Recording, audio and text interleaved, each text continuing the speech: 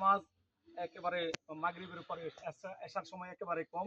আমরা যত দ্রুত পারি দাফনের কাজ শেষ করে এসে যেন এশা পড়তে পারি, এই জন্য আমরা বক্তব্যের দিকে বেশি যাইতেছি না, শুধুমাত্র মরহুমার পক্ষ থেকে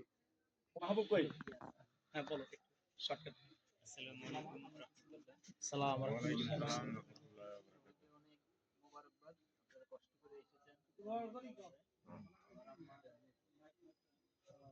আমাদের জানা মতে অনেক নেককার মহিলাদের অন্তর্ভুক্ত ছিলেন। আলহামদুলিল্লাহ। সর্বশেষ পরিস্থিতিটা যখন শুধুমাত্র এই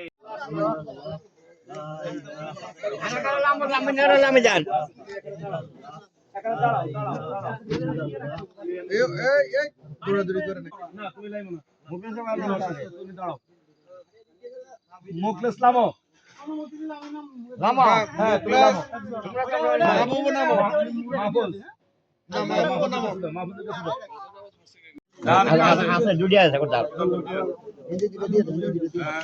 একজনে দাও, একজনে উবিধি দাও, হাতে মিজান আগে হাতে দিয়ে কোদালটা সরা